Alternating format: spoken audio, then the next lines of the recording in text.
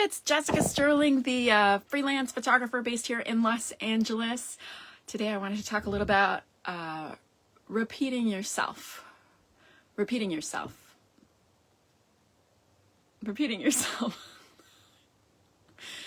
You know, okay, as an artist, as a freelance artist, as an entrepreneur, it may seem a little tough to reconcile the fact that most people are super busy and they maybe don't hear what you have to say. And I think that's true of just about any kind of message.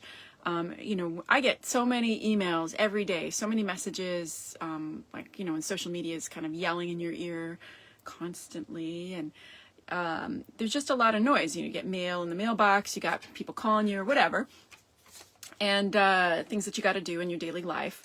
And something new may not be your number one priority. So I think sometimes when I work with artists who are just starting out, they kind of get bummed, you know, or even guys that have been around for a while, you know, they send out something or they release something new, and then nobody says anything back, and it feels like such a bummer. But I think it's super important just to remember that there's a lot of noise these days in general, and it's been like that for a while, and so not to take it personally.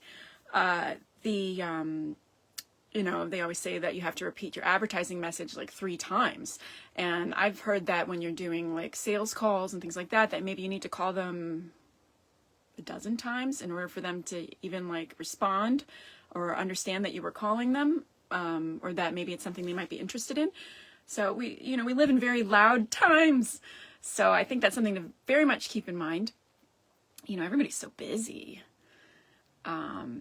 So following up, you know, I have a database where I keep track of, just like any kind of salesperson, I keep track of people that I meet or that I'd like to know, and just kind of staying in touch with them. I stay in touch with everybody. Honestly, you know, my 90-something-year-old neighbor from when I was 5, everybody, I keep all my letters. You know, but for example, I had, there was a company that I really wanted to work for, and I had sent somebody an email in the company and I didn't hear back, and I just thought, well, they probably don't like me, you know, they're not interested in my work, and, you know, I just kind of instantly went the negative route. And then, you know, a couple of months later, I sent another email and I didn't hear anything back, and again, I thought, oh, well, they probably just don't like me. Maybe they don't, you know, but finally I thought I got brave and I called the phone number on their website, and the person that answered the phone said, oh, them, yeah, they don't work here anymore.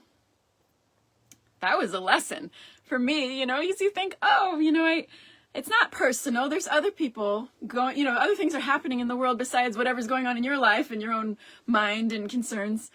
So, and he said, you know, I really appreciate that you're following up, you know, and they started hiring me and they became a really great client. Not bad. Another example is there was a photographer that I really admired, and I wrote them via social media, and I didn't hear anything back, and I had the same kind of thoughts running through my head. And I don't think it's just me with negative thoughts, you know, but, oh, you know, they probably just think I'm annoying, they don't like me, you know, why would they respond? They're so busy, blah, blah, blah. So I thought I'd write them again. And they wrote me back and they said, oh my gosh, you know, I never go on this platform. You know, I really like this shot that you posted. How did you do this? Lighting, etc. And we became buddies. So I think that's something to really keep in mind when you're on your sales freelance artist adventure, is you just have to keep saying the same thing over and over again. Oh, another example. I was, you know, I had a friend of mine who posted on social media. This was a long time ago when I was first starting out. Not even first starting out. I was like maybe 5 years into my business. And I saw that they posted some photos from a project, and they didn't, number one, they didn't reach out to me to do the photos. And number two, I didn't even know the project was happening. And I was so like annoyed, you know, like, why didn't they reach out to me? I could have helped them, blah, blah, blah. And then I realized, I thought, well, number one, Jessica, you know, they probably didn't even know that you're a photographer. And so, you know, they know you. It's not like they don't, you know, maybe they didn't want to hire you. I don't know, but they probably didn't even know because you hadn't even had that conversation with them. That's something that you're doing. This is, you know, a while ago, obviously, but, again, it kind of made me realize, I'm like, man, you can't just assume that everybody understands what's going on in your own world, in your own universe, and that everybody knows everything about you and all your fantastic works and great projects, and things like that. So I think there's a lot to be said to just saying your message over and over and over again, and not thinking that everybody already knows. You know, they don't. And so there you go. Anyway, thanks for watching.